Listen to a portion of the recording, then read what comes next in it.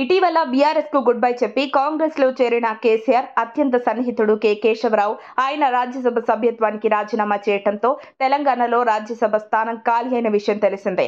ఈ క్రమంలోనే రాజ్యసభలోని 12 స్థానాల్లో ఉప ఎన్నికలకు త్వరలో జరగనున్నట్లు ఈసీ ఎన్నికల షెడ్యూల్ విడుదల చేసింది. తెలంగాణ సహా 9 రాష్ట్రాలకు చెందిన ఈ ఖాళీలకు సంబంధించి సెప్టెంబర్ 3న ఎన్నికలు నిర్వహించేందుకు ఎన్నికల సంఘం ఇప్పటికే షెడ్యూల్ విడుదల చేయగా సార్వత్రిక ఎన్నికల్లో రాజ్యసభ సభ్యులు పీయూష్ గోయల్, సర్వానంద సోనోవాల్, జ్యోతిరాదిత్య సింధియా, కామాఖ్య ప్రసాద్, వివేక్ ఠాకూర్, ఉదయన్ రాజే, బిప్లవ్ కుమార్ బీజేపీ నుంచి లోక్సభకు ఎన్నికయ్యారు. వీరితో పాటు ఆర్జేడీ నుంచి మీసా భారతి, కాంగ్రెస్ నుంచి దీపేంద్ర సింగ్ హుడా, కేసీ వేణుగోపాల్ లోక్సభకు ఎన్నికయ్యారు. వారి రాజీనామాలతో రాజ్యసభలో ఖాళీలు ఏర్పడ్డాయి. ఇక తెలంగాణలో బీఆర్ఎస్ తరపున రాజ్యసభ సభ్యుడిగా ఉన్న కె కేశవరావు రాజీనామా చేసి కాంగ్రెస్ పార్టీలో చేరడం, ఒడిశాలో బీజేడీ ఎంపీ మమత తన పదవికి పార్టీకి రాజీనామా చేయడంతో ఆ స్థానాలకు ఉప ఎన్నికలు జరుగుతున్నాయి. తెలంగాణలో ఖాళీ అయిన రాజ్యసభ సీటుపై తెలంగాణ కాంగ్రెస్ నేతలు అద్దంకి దయాకర్, వీహెచ్ సైతం కన్నేశారు. తెలంగాణలో అసెంబ్లీ, లోక్సభ ఎన్నికల్లో అవకాశం ఇస్తారని ఆశించిన దయాకర్ కు నిరాశ మిగిల్చారు.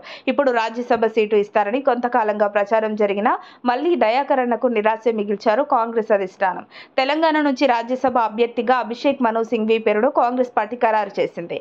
ఈ మేరకు ఏఐసీసీ ప్రధాన కార్యదర్శి కేసీ వేణుగోపాల్ వెల్లడించారు. తెలంగాణ రాష్ట్రంలో రాజ్యసభ ఉప ఎన్నికకు కేంద్ర ఎన్నికల సంఘం సెప్టెంబర్ 3న పోలింగ్ నిర్వహించనున్నారు. అదే రోజు సాయంత్రం ఓట్ల లెక్కింపు జరగనుంది. ఈ స్థానానికి ఎన్నికయ్యేవారు ఏప్రిల్ 9, 2026 వరకు కొనసాగనున్నారు. కాగా తెలంగాణ నుంచి రాజ్యసభకు సీనియర్ నేత మను సింఘ్విని కాంగ్రెస్ పార్టీ ఖరారు చేయడంపై మాజీ మంత్రి కేటీఆర్ విమర్శలు గుప్పించారు. రాజ్యసభకు నామినేట్ చేసేందుకు రాష్ట్రం నుంచి సమర్థుడైన ఒక్క నాయకుడు కూడా కాంగ్రెస్ కు దొరకలేదా అంటూ విస్మయం వ్యక్తం చేశారు. ఢిల్లీ బాసుల ఆదేశాలకు తెలంగాణ కాంగ్రెస్ నేతలు తోలుబొమ్మల్లాగా కట్టుబడి ఉన్నారని తీవ్ర స్థాయిలో విమర్శించారు.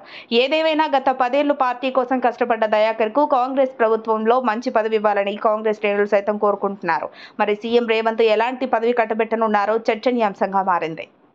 మరిన్ని అప్డేట్స్ కోసం మా కాయ్ టీవీని సబ్స్క్రైబ్ చేసుకోండి. మా వీడియో కనుక మీకు నచ్చినట్లయితే లైక్ చేయండి, షేర్ చేయండి. మీ విలువైన అభిప్రాయాలను కామెంట్ బాక్స్లో తెలియజేయండి.